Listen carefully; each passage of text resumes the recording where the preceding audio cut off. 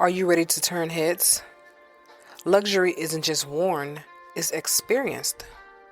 Introducing a Layla Carroll style and new up-and-coming designer collection where exclusive shoes and bags for men and women meets your feet. How about you take a handbag and wear it in style, where each piece is personally designed by a Layla Carroll herself and handcrafted from the finest material in Italy. Leather, smooth like butter, bold, timeless, distinctly you. Step into true elegance and make your mark with a Layla Carroll style where confidence meets craftsmanship. Visit a Layla Carroll style and experience the luxury of art that you wear. Boom, boom, boom, boom, boom, boom, boom, boom, boom, boom. I know you're probably wondering, why is her tag picture a picture of shoes? Well, if you don't know by now, let me tell you. I design shoes, you guys. Yeah, I'm a woman of many talents. I have a lot of talents. I do hair. I'm really good at makeup. I do a lot of things. And shoe designs is something that I always wanted to actually go into business with. I just got started. Now, I design designer shoes. What do I do? Different types of shoes. From heels, sneakers, boots, all those type of things. Loafers. Yes, I have that. Now, I also design bags as well. From duffel bags, backpacks, purses, clutches, all that as well. I enjoy the arts. I love fashion. I love to be able to get dressed up and just go out on a night of town just looking pretty. I used to model. Yeah, woman of many talents. I used to model, and hey, from the age of 18 to about 32, that's what I did. I enjoy it. So I decided to put my talent to great use and share it with you guys. The shoes that you see as my tagline pictures, my thumbnail, that's what it's called.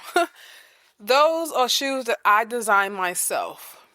Now, I'll also put up some of my bags. So what's going to happen with season 8, and maybe even season 9, it just depends. But I like to take things one thing at a time. One step at a time, one day at a time, one moment at a time. That's what I like to do because it helps me stay grounded and stay in my peace. So what I will be doing, I will be posting pictures of my designer shoes and my designer bags that I design myself. What I do, I like to explain what I do to get it to make sense for you guys. I hand sketch each design, then I get on the computer and put it out there in graphic and stuff like that. And then when I'm done with what I think I like, I send it off to Italy and I use their material. I don't want to use the United States material, sorry, but I want to use the greats like Prada, Gucci. I want to use the material that they use. So I did some research and I was like, who is their manufacturer? Who is actually crafting this stuff for them? And I found out. So I got a hold of those people, asked them how can I become a part of it, and then voila, I am now affiliated with Italy that I get to design my own. I'm not selling someone else's products. This is mine. This belongs to a Layla Carroll. It is all me 100%, baby. So what I do after I send the design to those in Italy, they get the sketch, and then they start getting the material together, and then they ask me, do I want to use this material, that material, and I say, no, I want it to feel like this, I want it to feel like that. Yes, that's what I want. No, that's not what I want. And then they say, okay, well, we're gonna put it together. Are you liking this? And they send it back, and they say, this is what you want. And then like right now, the shoes that you see on the thumbnail, I have those shoes on my feet right now as I speak. Those are the prototype. So I am wearing them right now. I go out in them. I went to the gym in them because I want to make sure they are perfect and that they hold up. Now, I have people all the time ask me how much do my products cost. Let me tell you. So I am what you call luxury that you can afford. I'm not here to break the bank. I don't want to make you go poor. I don't believe in that. I'm here to help you, but I want you to be able to be stylish while still having money in your pocket. So my prices, I have to pay for the artistry, the craftsman, to craft my materials. Well, I have to pay for the material as well. So I have to make sure that everybody is covered, as well as, of course, I need to make a profit. So this is how I do my thing. I make sure that none of my products, my shoes nor bags, are over $400, and they're nothing under $200. No one can make a profit with anything under $200. Now, I have had some people say, oh, your price is way too high. And I was like, okay, you just can't afford that. Prices is not too high, because I compare Prada and Louis Vuitton and all of them, and they at $4,000. I am nowhere close to that. A bag, $5,000. Nowhere close to that. I'm not here to break your bank. I'm here for you to have quality, real quality, the same quality that Prada have, because these are the same people who make Prada, same people who make Gucci. It's just they're putting their name on it. I am designing this myself. I'm literally taking my pen, paper, I'm on my computer, I'm doing this myself, sketching this stuff out, because yes, I think I told you guys I used to draw when I was little, and my son, he got the gift of drawing now. He draw, so don't want to talk about that right now. But what I want to do is get you to have a full understanding, a good picture about what it is that I do.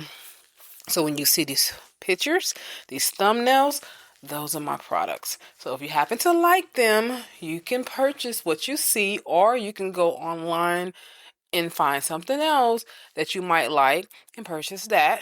The website is in the description, but I will tell you what it is anyway. It's my name, Alayla Carroll style. So basically, it's my style. It's things that I will wear, as well as what I would like to see others wear. And you get the opportunity to dress like me. Like, I'm not a celebrity and like that, but hey, who knows? I might become one of these days. But I'm not aiming to become a celebrity. I just want to be able to give you guys a piece of me. So go ahead, check me out. So let's go ahead and get into our episode. This is episode 2 and season 8. Feels good to say season 8. I actually have been at this for a while now, and I am thankful for you listeners. I'm telling you, I am hoping that what I say to you guys resonate and that it hits home in a good way, not a bad way. I don't want you misinterpreting what I'm saying and then try to use it and it backfire. So I really want to make sure what I'm saying to you guys is something that is going to help you to grow. Grow as a human being, grow as a soul, grow as a nice person. Okay? Today's episode is about when silence speak louder. The power of emotional distance. We're finna talk about peace. That's what this episode is about, your peace. When silence speaks louder. I'm going to teach you how to be quiet. That's what I'm going to do with you in this episode. I'm teach you how to be quiet. Even when you want to speak up and go off on somebody, I'm going to teach you how to be quiet. And I'm going to teach you how to process things too. That's what you're going to learn in this. So what you're going to learn in today's episode, first off, let me introduce myself. I'm just talking, right? So welcome back to Imaging Coaching. This is improving your thoughts by freeing yourself.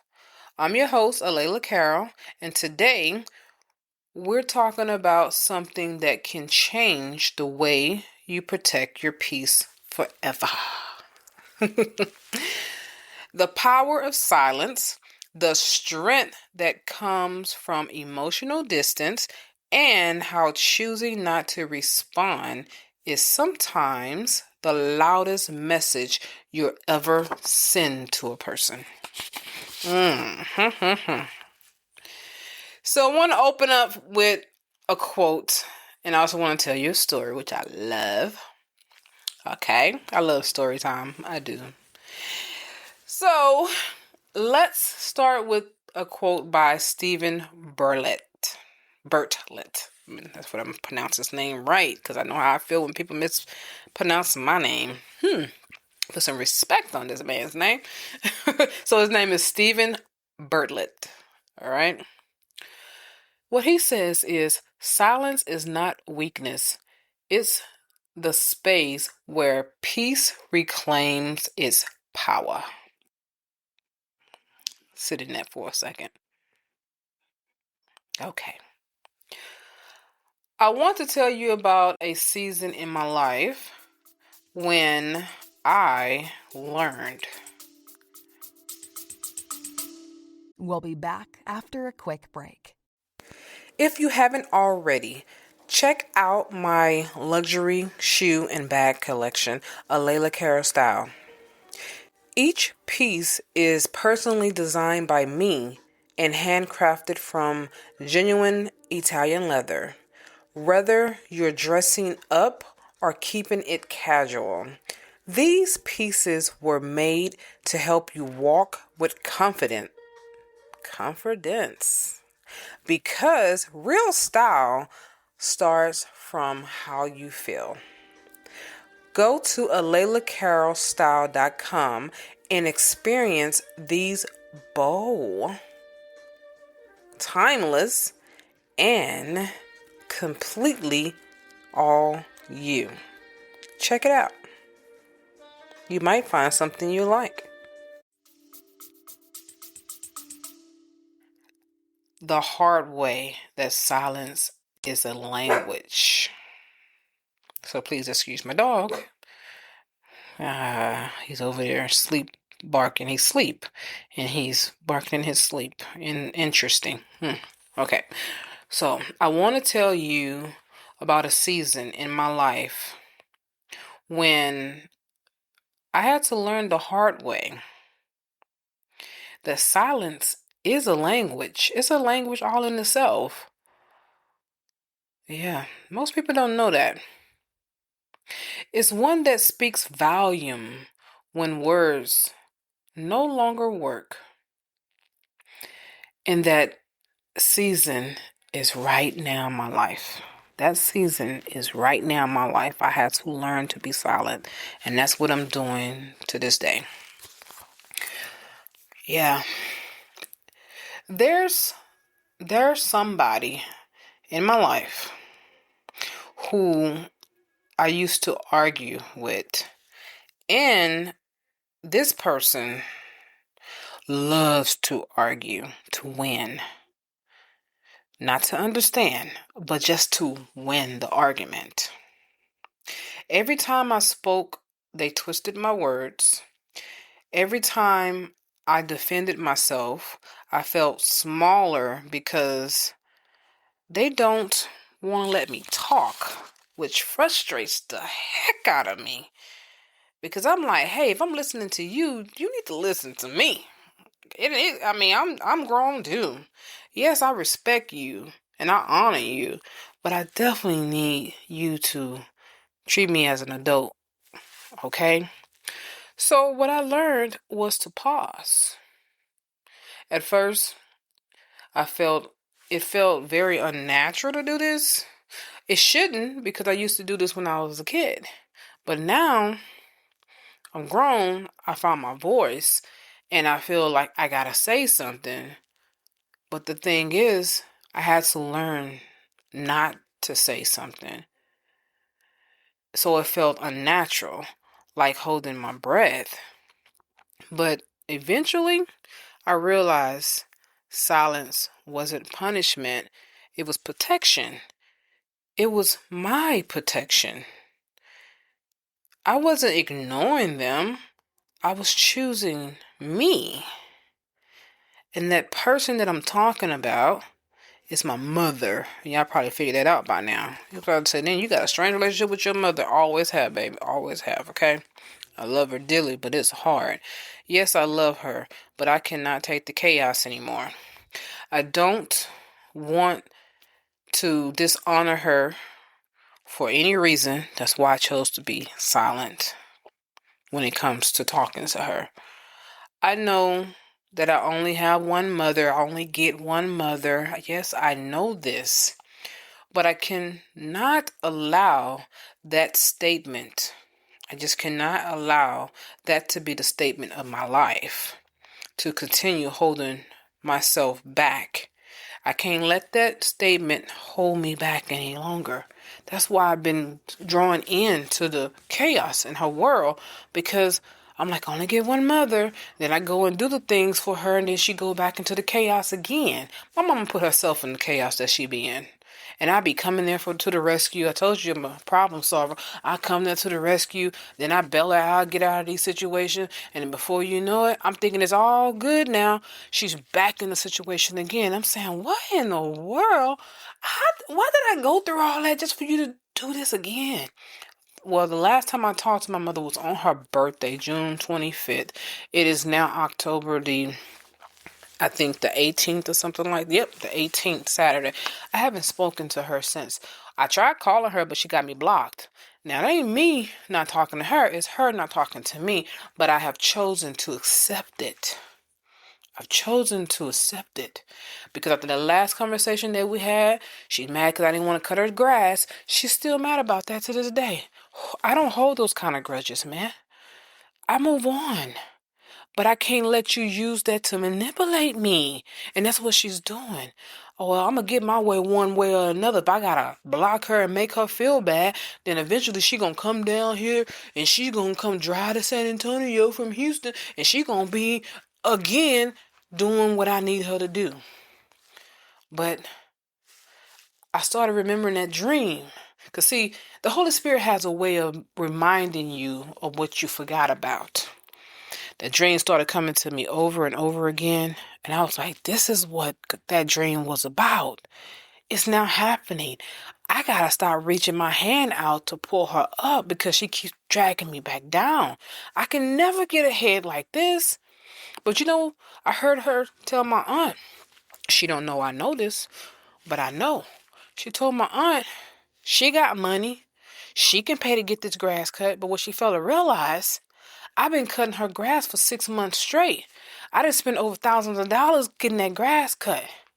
When you live there, you don't have no rent, you don't have no mortgage, your place is paid for, your car is paid for. All you got is a phone bill, light bill, cable bill, and food. You telling me you can't cut the grass? And then I got someone to cut the grass for a certain... Oh, let me tell you, I got someone to cut that grass for a certain price. The person that I got to cut for $80 every 2 weeks. Problem is, she had the nerve to tell me, I know someone who can cut the grass for $50 every 2 weeks. So you've been holding on to that information all this time? I could have saved myself some money. But now you telling me that you got some, and not to mention, she also said, he came by here and asked me, can he cut the grass? I told him no. I said, why you didn't let him cut the grass? $50, I would have paid the $50. I'd rather pay that than the $80 every 2 weeks. Save me some money in my pocket. Oh, you got the money. Oh, that's wrong. You're using me. And then when I told her, don't ask me for no more of my money, she cursed me out. She called me a MF. I don't ask your ass for MF thing. You know?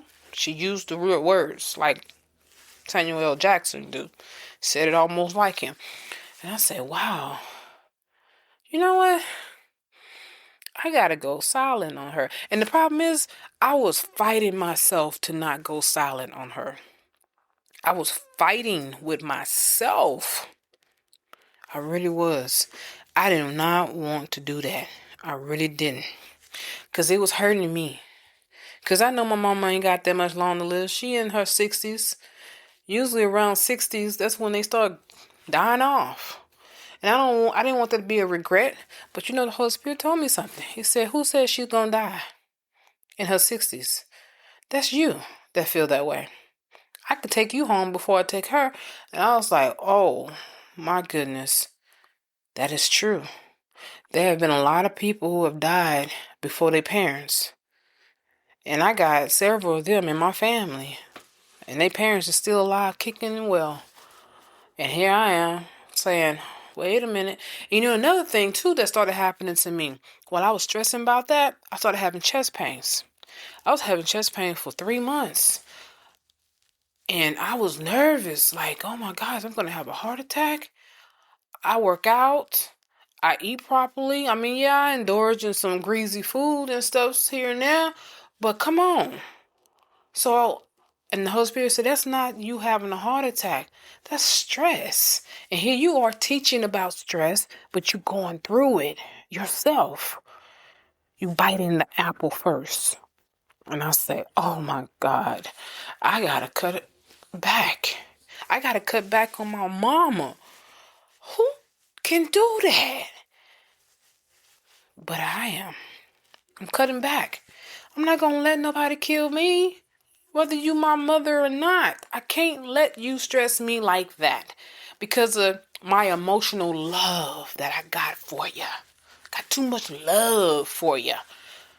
But I gotta also love myself enough to not allow somebody in my life that I love so dearly to take me out of this world. Yeah, you brought me in, but I don't want you taking me out.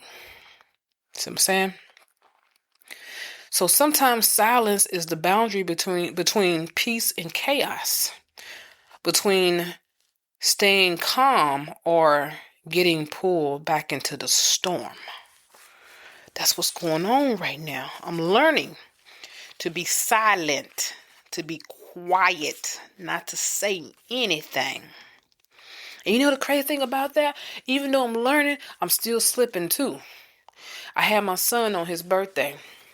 I thought that maybe my mom would call and say happy birthday since that's her only grandchild. And, you know, June is her birthday. That's when we had our last conversation and all that.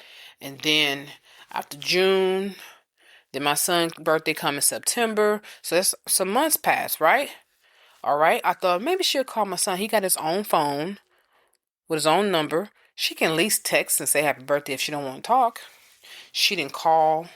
Not at all. She didn't text. Not at all. So I told my son, I said, call your grandma. He called. She didn't answer. I said, send her a text message. Let her know, hey, today my birthday, grandma. He sent the text message. She didn't respond. So then I called my aunt, which is her sister, one of her older sisters. I said, you talked to my mom today? She said, yeah, I just got off the phone with her. I said, oh, you did? Okay. So that means she got the message. I said, I don't even want to talk about it. That's enough. That's enough. You know, I don't know why my mama had this kind of relationship with me.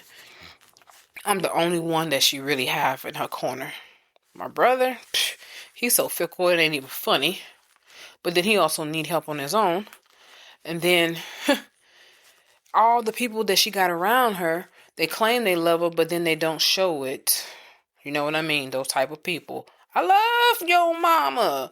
But then, when it come down to it, where you at when she need the real help?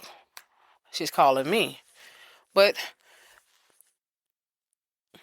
what I also know is that you have to, it got to come a time in your life where, so all I'm going to say is sometimes you have to get to a place in your life where you don't allow people to manipulate you. So let's dive deep. Let's go deeper into the topic, okay? So let's talk about understanding emotional distance, because that's what I'm doing right now. So as I'm talking to you in this episode, I'm explaining what I'm going through. So I told you in episode 1 that I was going to talk about whatever it is that I'm going through in episode 2. That's what I'm doing in this episode. Because I know my story gonna help somebody, but at the same time, it is what it is, man. It's really to help me too, you know? So let's break this down, because emotional distance is often misunderstood. People think silence mean you're cold or disconnected, but real emotional distance is about clarity. And that's what I had to get. I had to get some clarity. And the thing about it is that I kept hearing the Holy Spirit tell me, you keep getting in your car driving to San Antonio to help her, but then you complaining about driving to San Antonio to help her. And then you made a statement saying, what if you got into a car accident on the road, which I had almost did. It was one time it was raining real, real bad, and I slid. Oh my goodness. And I was just coming from our house, and during this time I didn't want to be there, but I did anyway. And that was when I started thinking, like, something happened to my car. She ain't gonna help me get it fixed. She's gonna just do what she do. She gonna talk about her own problems, because it have happened so many times before. I try to share something with my mother that I'm going through something. She just don't even acknowledge it. And that's the hardest part about it, is that she doesn't acknowledge it. I think if she would acknowledge when I'm talking to her about my situation, then I know for a fact I will feel better.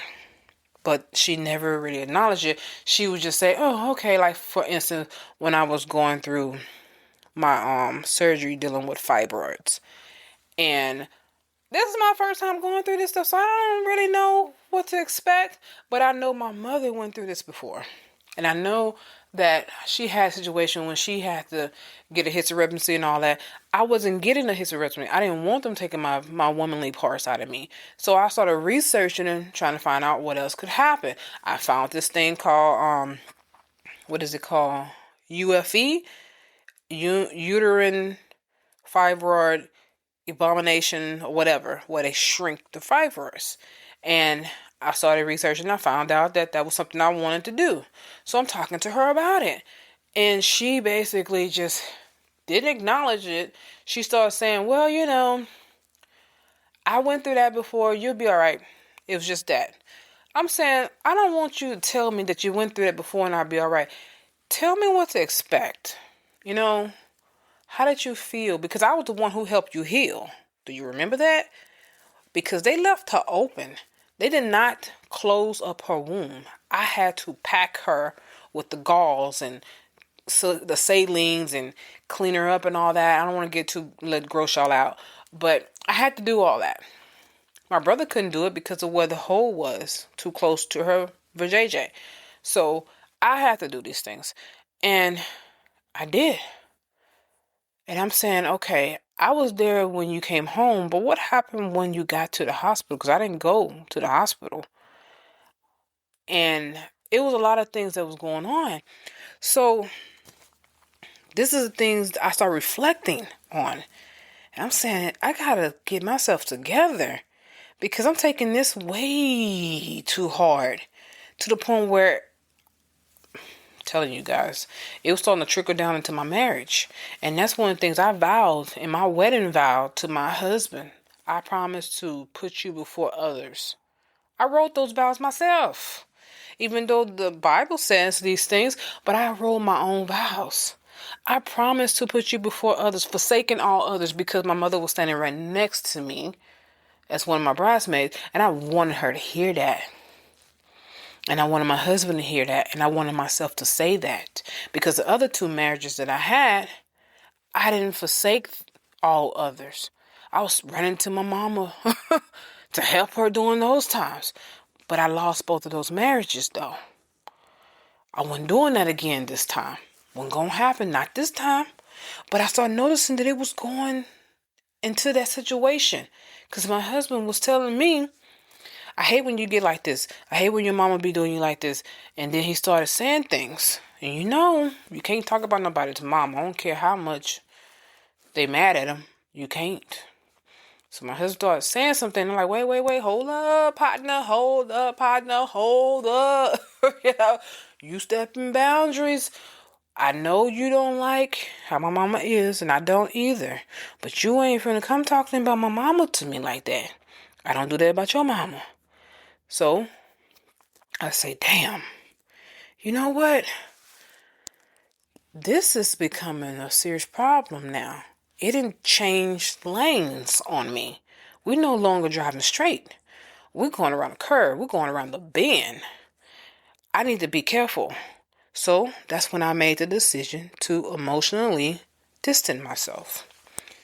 Because what emotionally distance says, it says, I can't keep arguing with confusion. I have to choose calm. And that's what I did. I want to give you some pointers on what emotional distance really mean. What does it mean though? Because I really feel like there's somebody out there, one of you are listening, and you're saying to yourself, I need to do this. So I want to help you to really understand what this actually means for you when you do this, what you need to be expecting, and also to help you not feel guilty. Because that's what happened with me. I was feeling guilty. I was finding myself feeling really guilty. And I'm like, why do I feel guilty? That's why I kept having my son call her, hoping she would answer the phone. And at least if she was talking to him, I felt like, okay, I could still know what's going on in her world. And the thing is that she wasn't answering the phone for him, and I felt disrespected. How you not answering the phone for your own grandson? The only one you got at that. That's not making your own grandchild. That's the only grandchild she has. And I'm saying, this is not cool, you taking this too far. You 66 years old. I'm 47. Stop this. We ain't finna do this. Then I started thinking like, I don't want to be like that when I get that age. They say age ain't nothing but a number. They meant that. Aaliyah, you was right, girl. Age ain't nothing but a number. Because people don't always mature with age. It is a mind thing. The Bible says be transformed by the renewing of your mind. And if your mind is not renewing, that means you're learning, you're growing, you're changing things, the way you do things. You're changing your mind to the right thoughts. If you're not doing that, then you're going to stay the same and stagnant. So, number one, what is emotional distance? What do it really means? I want to tell you what it means. This is what I learned in these months that I've been taking this distance from her. It's not the absence of care. That's why I kept having my son call, because I was still caring. It's not the absence of care. It's the presence of self-control. I had to learn self-control. If I can learn to distance myself, I can control my emotions. And that's what you're going to have to do. It's also that sacred space between your triggers and your peace. Because you got triggers. I know I do. They always know how to push your button. What they're pushing is the trigger. They're drawing the trigger on you. It's like someone about to shoot you. It's that space right in between that trigger. It's sacred.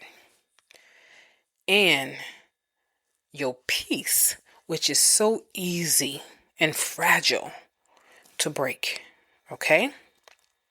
But it also says It's also saying to you, I love you. This is what you're saying to the person that you are taking this emotional distance from.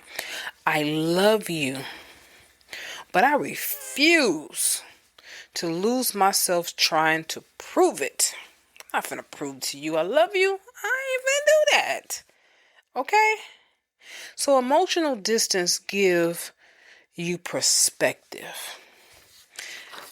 It gives you the room to breathe, to see things as they really are, not as your pain wants them to be. Because our pain creates this image in us about the situation. But if you step back and get out of it, you get a chance to actually see the truth. That's what emotional distance really means. Okay? So let's talk about the power of pushing. No. The power of pausing. Pausing before reaction. Now, there's a lot of things we don't know about this. You want to learn how to pause before you react. And that is something that I had to work on as well. Learning to pause. When I hear something, I'm quick to want to say a rebuttal. No. Let's not do that. Let's process, okay? So we're going to talk about the power of pausing before reacting. When you stop reacting to negativity, you take away the fuel. Silence disarm. It disarms manipulation. Person trying to manipulate you. But pause before you say anything or do anything. Just pause, because you're taking away the fuel of the manipulation. It's stopping it. They can't do nothing because you ain't reacted.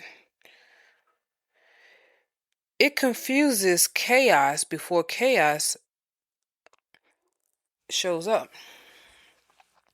It also confuses chaos because chaos expects company. It wants your attention. Think about this for a second. Just think about it. How many times that you have reacted and then you told yourself before, like for instance, I can give you an example for me. When I was going to San Antonio, my thoughts was not really to go by to see my mom, because we had already been going through this problem about the grass and all that stuff. I already shared that in season 7, so you can go back and listen to those podcasts and find out about what that was. But I said, I'm going to go to San Antonio. I'm going to go drop my son off at his bio dad's house so they can spend some time together. And he was going to spend about, my original plan was for my son to spend about 3 weeks. No, 2 weeks. It was 2 weeks. Because I wanted him, for my mom's birthday is June 25th, to the day after 4th of July, so they can have the fireworks and stuff like that together. But I said, okay. My mom was talking to my brother. She was crying, talking about didn't even tell me happy birthday, and which that was a lie, because I did. I had texted her early that morning when I got up, happy birthday. No, I didn't call. And I know that's what she was referring to, that I didn't call her. But I was really, before all this argument started, I was going to go and see her and surprise her and be like, happy birthday, and maybe, bring dinner or something like that. That just got screwed up. It didn't work out. So I ended up driving San Antonio anyway. My brother called me, telling me about all that time. I go by and see her. At least just go by and see her. And I say, I am. I just don't want to argue with her. I'm trying my best to keep the peace. So I get to her house. She's got an attitude. Mad. I'm like, oh my goodness. You just was crying to your son about me not saying happy birthday. You didn't even know I was coming. And I show up, instead of you embracing my presence, you embrace me with bad energy. This is not cool. So I still told myself, okay, I'm not going to argue with her. I'm going to sit here and just sit in silence with her until she wants to talk. So I did that. Well, she has somebody staying in her house, like always. And this is where all the problem coming at. She always having strangers come in her house. I don't even want to get into that story. We'll talk about this some other time. But the problem really is that she got people living in her house. And I said, if you're going to have people living in your house, grown men on top of that, have them cut the yard. And she just fights with me about that. They not here for that. They here for my company. I said, but they taking advantage of you. Ain't nobody taking advantage of me. All that stuff. So now you kind of get an idea of what's going on here. So anyways, she's sitting in the living room drinking. Keep in mind, it's in the afternoon. It is not after 5 p.m. And she's drunk. And I knew then I had to be quiet because we're going to argue. At least I tried. And like I said, at least I tried. So she started talking about the guy gave her $200 for her birthday. And I'm like, okay, that's good. That's good. At least you're not broke. And then she got on the topic about my brother and some other stuff. So make a long story short, this is where I went wrong. I tried to give my mom some advice on how to keep her peace.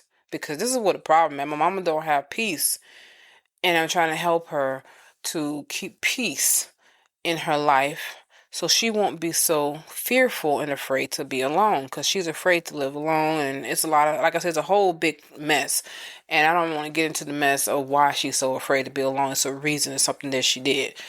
Anyways, and I had to come and bail her out and do some stuff. So anyways, what I'm saying is, I try to give her some advice and say, well, Mom, the guy that you got staying here right now, I think it's good that he's here and he's there with his wife, because his wife comes. She don't live there, but she comes to visit. I think they was at a separation period or something like that. And so he asked to move in with my mom. My mom let him. And he's been there all this time. So he's been there for about a year now. I think that's pretty cool. But my mom had this idea that he's not going to stay long. And she just feel the need to want to bring some other stranger into the house. I say, no, this is why you have to keep calling the police, because these people get here, they start acting crazy. Then I got to show up with my gun. And me and Elizabeth, we for real with it. So I got to show up with Elizabeth and like, hey, if you disrespect my mom, all this craziness. I ain't gangster. I'm not gangster. But I can get gangster if I need to protect my mother. And I'm tired of this. Tired. Do you understand when I say I'm tired? I'm tired. It's one thing after another, after another, after another. I had to go to court. And I ain't talking about for me, because I ain't do nothing. I told you I don't have no record. I ain't never been locked up. But I'm saying I have to go to court to evict people out of her house, because that land that house is sitting on belongs to me. That's my property. But the house belongs to my mother. That's her mobile home. So it's a lot going on. You hear what I'm saying? So I'm like, okay. She tells me, the land is yours, so you're responsible for cutting the land. And I'm not going to cut the grass no more. I'm going to let the grass get as tall as this house, and code compliance is going to fine you. That made me almost snap, because you've been living in this dang gone house for over 22 years. You didn't have the people come to cut your yard. You didn't even cut it yourself sometime. I understand that you can't do it, but you're not finna bully me into cutting some grass. I gave you a 6-month break, and I paid over $1,000 to get this yard cut, because it's a size. It's a 10 by 10. That's 10 feet by 10 feet. I mean, it's really big. I ain't gonna say. I think I'm saying it right. 10 by 10 or 12 by 12. Put it like this: it's 2 lots. So I'm saying to myself, this is crazy. I got other properties to deal with, the house that I'm living in, all this stuff. And here you go with this. Like, you can at least do that. And that's what I was telling her. At least for the next couple of months, I need you to take care of the yard. And when I can, I pick back up. But right now, I can't do it. And oh, she did not want to hear it. So I couldn't keep my peace anymore. I end up saying something. We started arguing, and I said, oh, this is not what I wanted to do. So what ended up happening, I ended up leaving. I ain't talked to her since. And I'm always on the cameras. I'm always looking at her and seeing who she got there. And yep, she done brought some more people in the house, some more strangers, another guy, and a dog. And I was like, you know what? God say, stay out of it. Stay out of it. And so I'm staying out of it. It's kind of hard to watch your mother go out like this, you know? But I trust God that He's going to take care of it. It's a reason why He's telling me to stay out of it. So, understand, some people need a reaction to feel powerful. Not saying my mother needs that, but I need you to know that there are other people out there that do need that. So what they would do, they will poke at you, provoke you, or push your buttons to stay in control. Or they use emotional manipulation as well. There's so many things they can do to try to get a reaction out of you. But when you stop responding, you shift the power dynamic completely. Let me put it this way. Silence isn't the absence of strength. It's the proof of it. It's the proof that you're strong. So when silence becomes your boundary,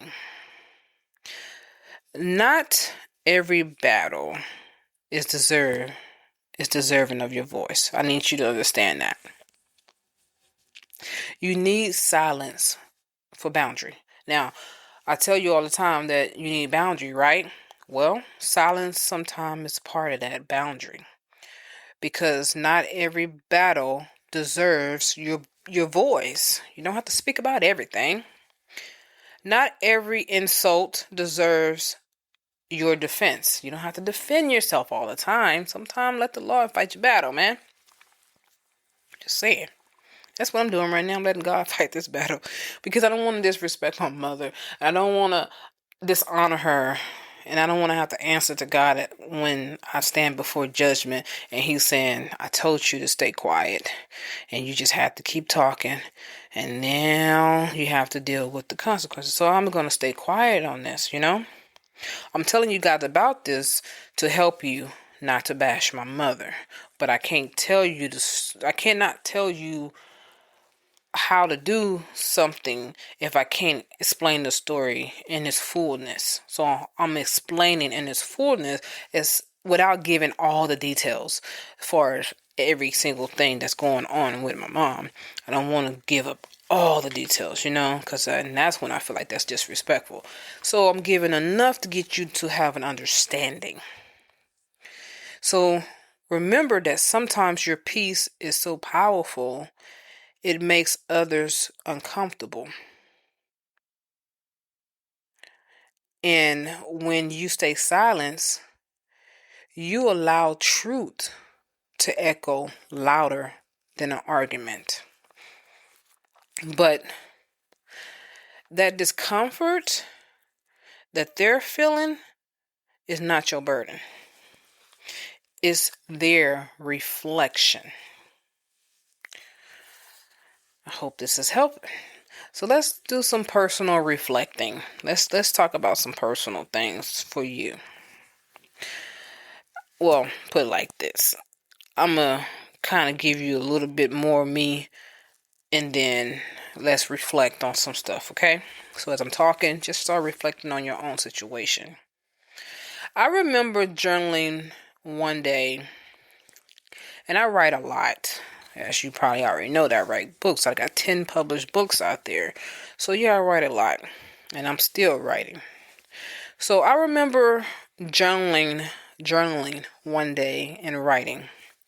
I don't owe anyone an argument to prove my peace. And that was my turning point when I learned if I can write this and say this, then I need to live this. Because for years I thought I thought to myself, staying silent meant I was weak. And I did. I thought like that. If I stay quiet, because I used to be quiet all the time. And I'm not going to let nobody take advantage of me. It's always said, I'm not going to let nobody take advantage of me. So I'm going to speak up. But I didn't realize that my silence was my strength. No one knew what I was thinking. They didn't know what I was going to do. And that when I did do something, they were surprised. I caught them off guard. So they didn't know what to do with that. But what I now understand is that silence is a strategy. That's what it actually is. If you learn to keep your mouth closed, you can think straight and you can plan well. And no one will never see it coming. So it's a mystery in the moment. That's what it is. It's a mystery. Make people wonder, what's going on? I don't understand. Why she ain't saying nothing? That's kind of not like her. It's not cool. So let's talk about some questions. So I got some more questions here. And these are also similar to episode 1, but it's a little bit on the other side of talking about staying silent and stuff like that. Okay, so I want to talk about questions. These are real questions from people that have sent me some questions to answer. So I'm going to answer these questions. I got 3 of them, and let's talk about these 3. Let's go ahead and get to it. Layla, how do I stay silent without feeling guilty or being rude?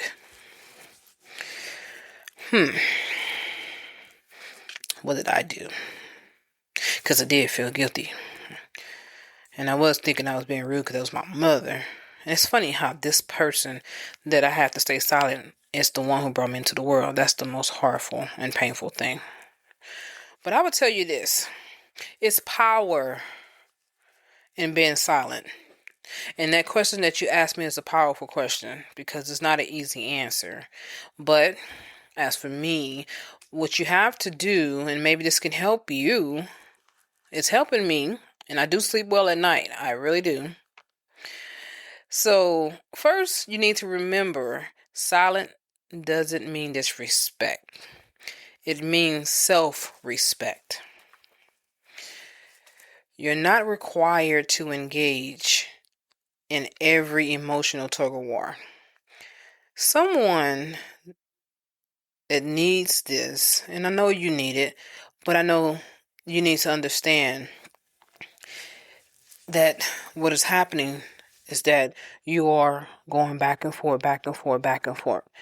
And it's not going to break until someone lets go. So you can walk away, breathe, and choose when or if you want to respond. That's your choice.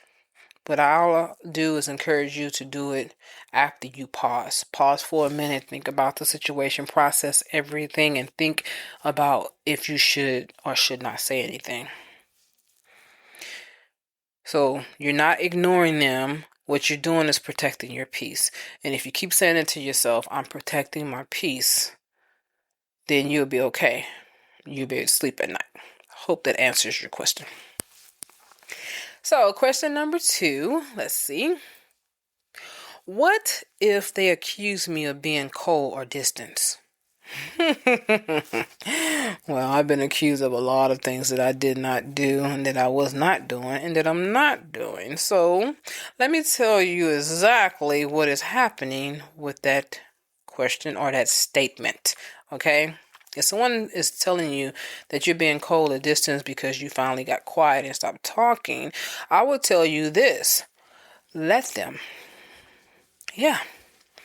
Let them say it. Let them think it. Let them believe it. Let them. That's their mindset. But not only that, pay attention to what's really being said and what's actually being done when they say what they say. Why are you being cold? Why is it that you have to be cold because you're quiet, because you're not responding to them? What's really happening is that is a tell sign that they're manipulating you. That's the sign of manipulation. To control your reaction and your response time, that's how they gain power over you. Because you don't get the opportunity to respond when you're ready. No, don't do that. So when you stop playing by someone else's emotional rules, they'll call you cold. That's fine. Let them do that. Because they no longer have control of your warmth. The warmth inside of you. That's what's going on. But that's okay. You're not cold. You're calm. And that's what you need to remind yourself, that you're calm. And your calmness is your power. All right? So I hope that helped you. Now let's go to question number 3. How do I stay emotionally detached when I still love them? You're going to always love them. You're never going to stop loving them. Come on. You're not supposed to not love them. So let's take that equation out of the question and out of the picture. Really, how do you stay? You should be asking, how do you stay emotionally detached? If you are not attached to the person you love, then you was never loving them at all. So that's actually the hardest part. Okay? So I want to continue to answer your question. Because love doesn't disappear when distance begins, but here's the truth. You need to know this. You can love someone and still know that they're not safe for your peace. Did you catch that? If not, I'm going to say it again. You can still love someone and still know that they are not safe for your peace.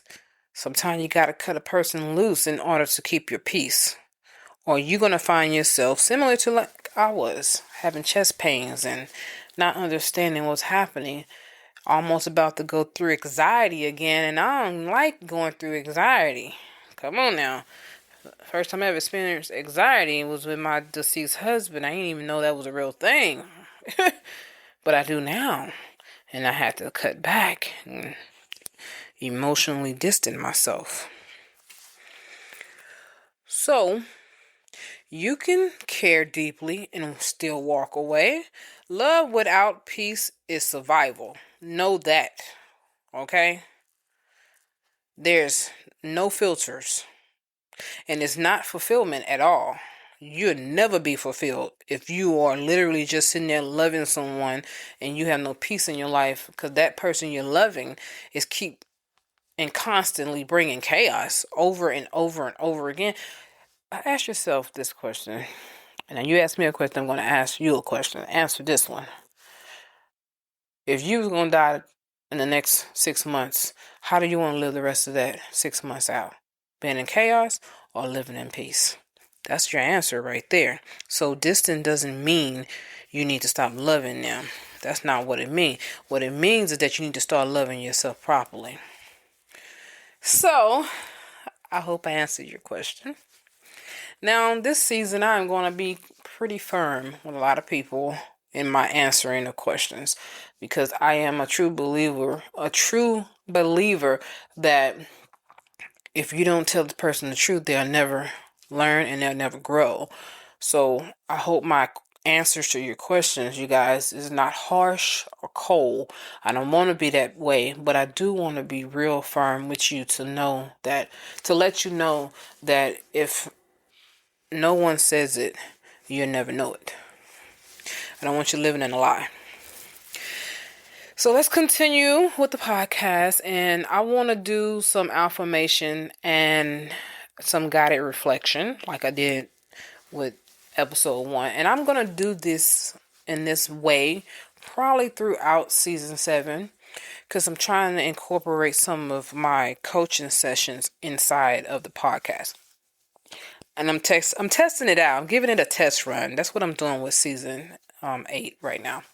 It's testing out what I do when I coach people, but I'm putting it inside of the podcast so I can coach any of you guys out there without y'all having to pay for it, okay? But if you want more, you're going to have to pay for the service, okay?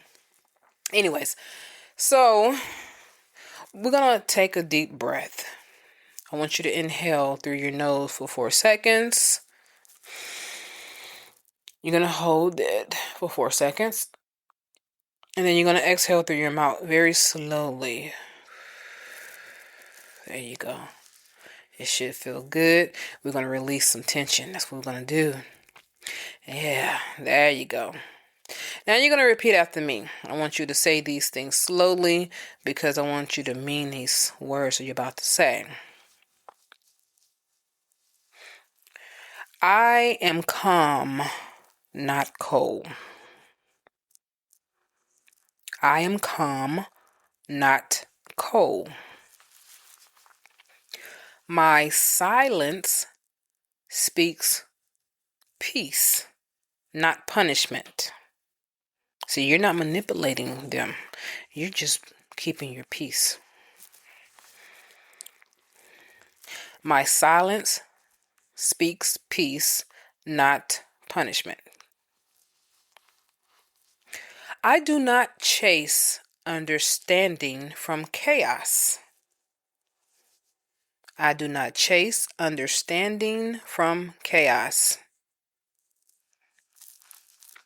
You will never find understanding in a chaotic situation. It will never happen. Think about a cluttered room. Can you find what you need fast enough if everything was all scattered and out of place? No. You need things to be in place to know exactly. You got some people that act like Samuel L. Jackson in that movie Shaft 2 with his son. And his son was like, how can you find anything in this clutter? He said, I got a system, filing system.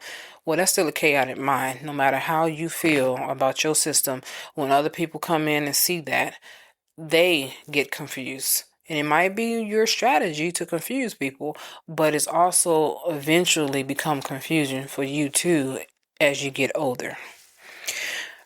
All right, so here's another one I want you to repeat. My boundaries are love in action. All right, we always talking about loving somebody, but love is an action where it's a verb, so you got to show it. My boundaries are love in action. Showing people how to treat you. And then the last one you're going to say out loud. I am allowed to protect my energy. I am allowed to protect my energy. Now I want you to pause for a moment and think about everything that you just said. And also, how are you feeling? Do you feel lighter? Do you feel that you need to repeat those words again?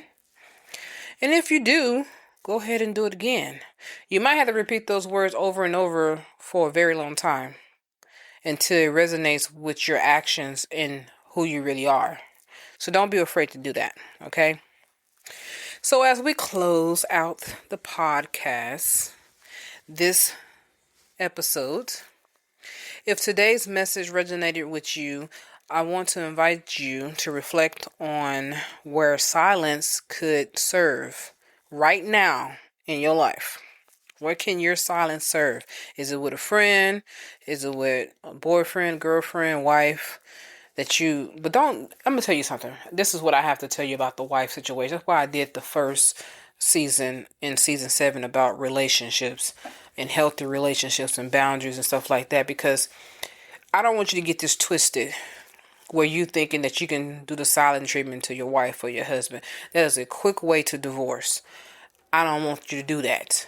What I want you to do is learn how to communicate with your wife and your husband. Go to season 7. Go to season 6. It teaches you how to properly communicate. I teach you about healthy relationships, what's not healthy. Do that. Learn those things before you start trying to strategize and use the silent treatment. That husband and wife is separate from mother, father, friends, co-workers, boyfriends, and girlfriends. Yes, I put boyfriend and girlfriends in that category because you're not married. It's different.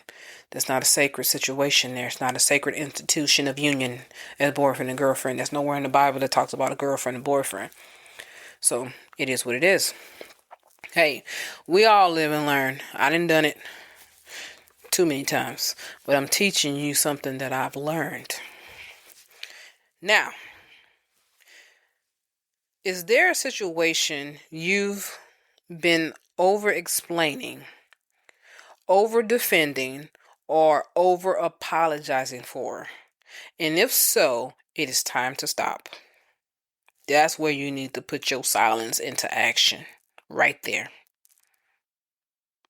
Maybe it's time to let silence do the talking for you. Yeah, I told you silence is a whole communication language in itself. Well, you can go deeper with me if you would like to. I would like to coach you one-on-one. Go to imagingcoaching.com.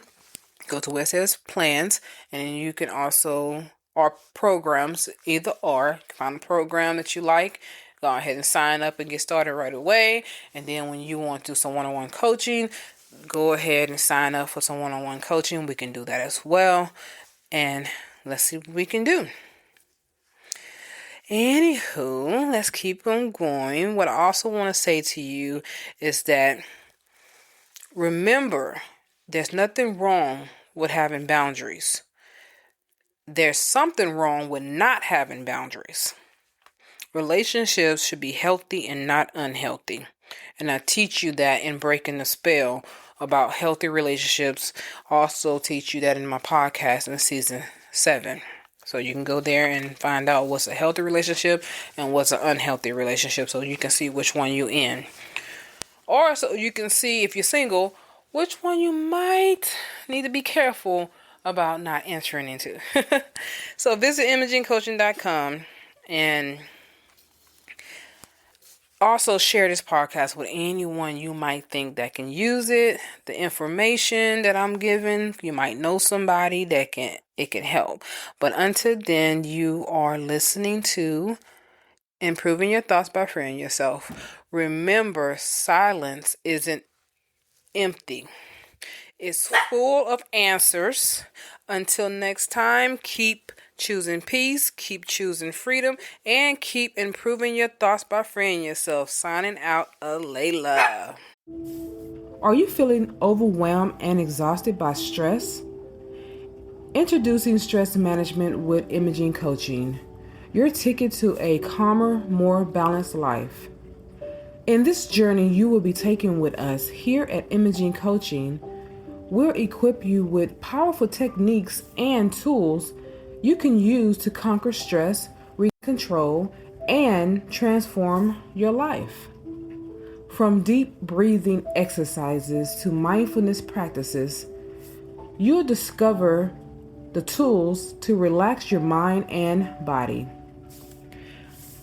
Come join us on this transformative path and unlock a world of inner peace and resilience.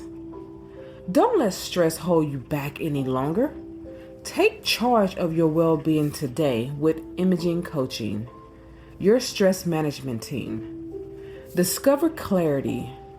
Defeat stress through Imaging Coaching at imagingcoaching.com, at imagingcoaching.com, at imagingcoaching.com, at imagingcoaching.com.